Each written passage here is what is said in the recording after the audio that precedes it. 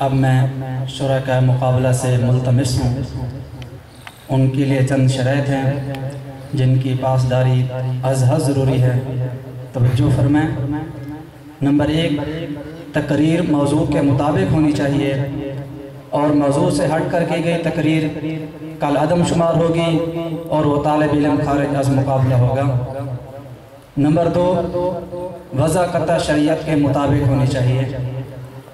Number 3, तकरीर का दौरानिया 5 से 7 मिनट होगा। 5 मिनट होने पर सब्ज़ लाइट जला दी जाएगी और 7 मिनट से पहले अपनी तकरीर को ख़त्म करना होगा और 7 मिनट होने पर सुर्ख लाइट चला दी जाएगी और वह तकरीर मुकाबले से कल अदम शुमार होगी। तालिब इल्म खारिज अज़ मुकाबला होगा।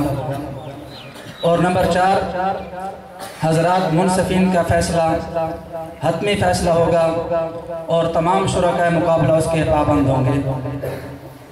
अब मैं अपने प्रोग्राम की कार्रवाई को आगे बढ़ाते हुए शुरका मुकाबला में से रोल नंबर 1 को दावत सुकून देना चाहता हूँ कि वो मैक पर तशरीफ़ लें और अपने ख्यालात का इजहार फरमाएं।